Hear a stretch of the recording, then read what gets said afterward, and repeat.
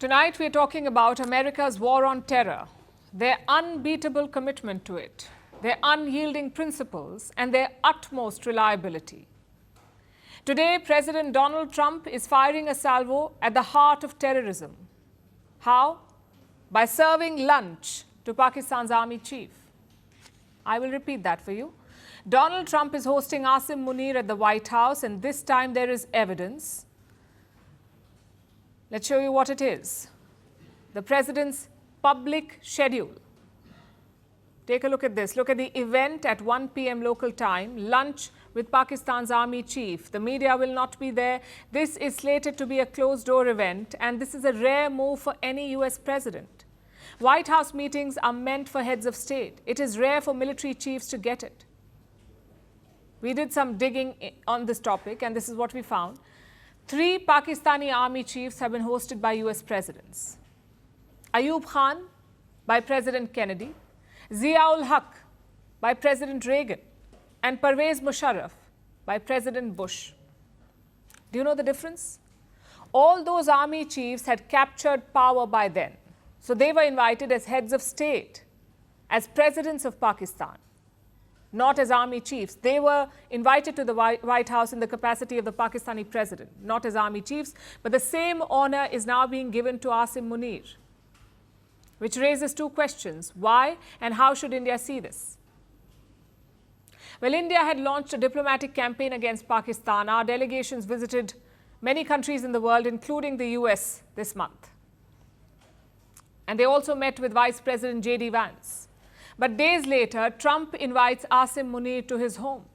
The same Asim Munir who spewed venom against India, who sponsored the Pahalgam attack, who killed innocent Indians living along the border.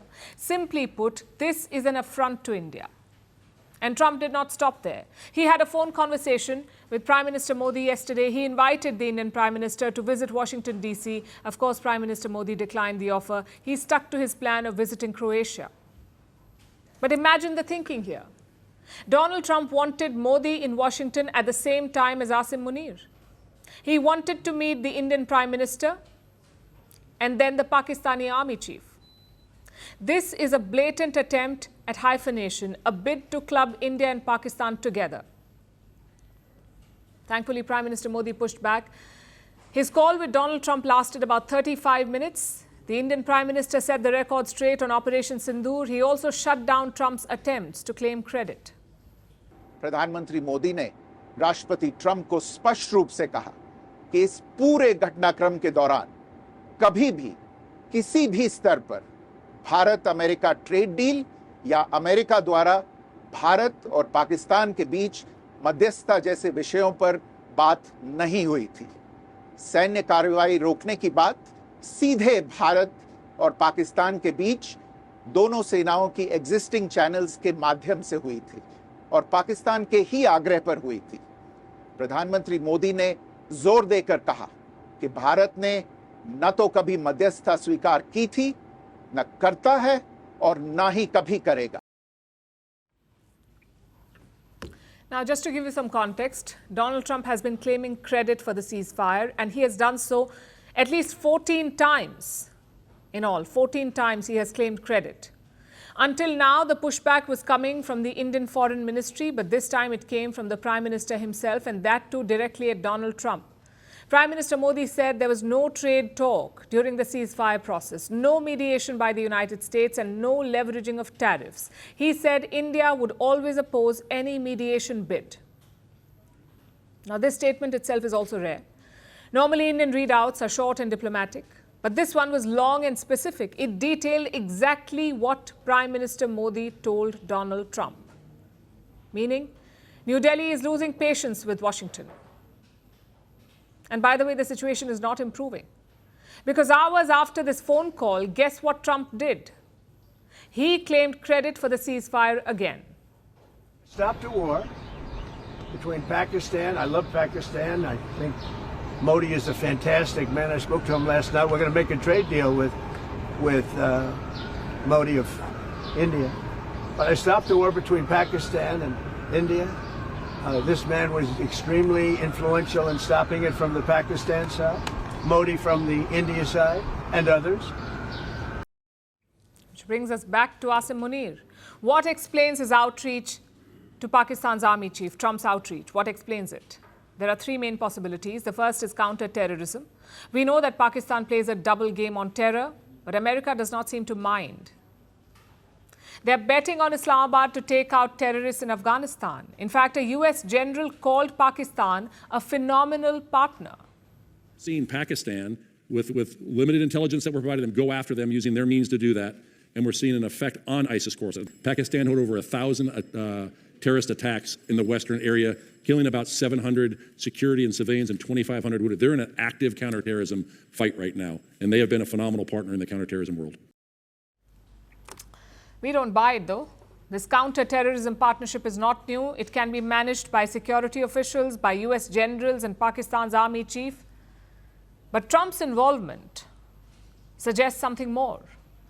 A more political angle to this lunch with the Pakistani army chief. The second possibility is Iran.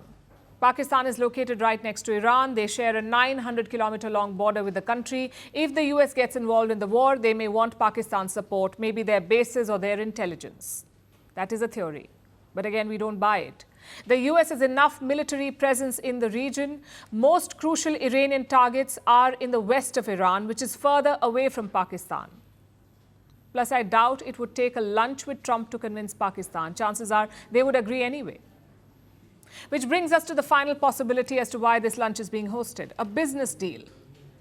The Trump family has signed a crypto agreement with Pakistan. Islamabad is hoping to ride the crypto wave. Last month, they even announced a Bitcoin reserve. So could this lunch be linked to that? A reward for handing out deals to the Trump family? It's certainly possible. But whatever the motive, India must take note. Of course, we cannot abandon our ties to the US. But we must be mindful of what Donald Trump brings to the table. In his last term, Trump was critical of Pakistan. This time, he is cozying up to them. It is not the behavior of a reliable partner. Firstpost now available in 9 languages on YouTube. English, Stands at $36 trillion. French, Le FMI, comme German, Geschäftsführenden Direktor, Hindi, $30 trillion ka karj mo.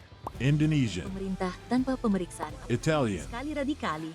Japanese, Yung Teodoro idioma. Portuguese, Por causa do próprio balanço patrimonial. Spanish. Beautiful bill. Go to Settings, click on Audio Track and select a language of your choice. Be the first to know what's happening around you in your first language. Firstpost.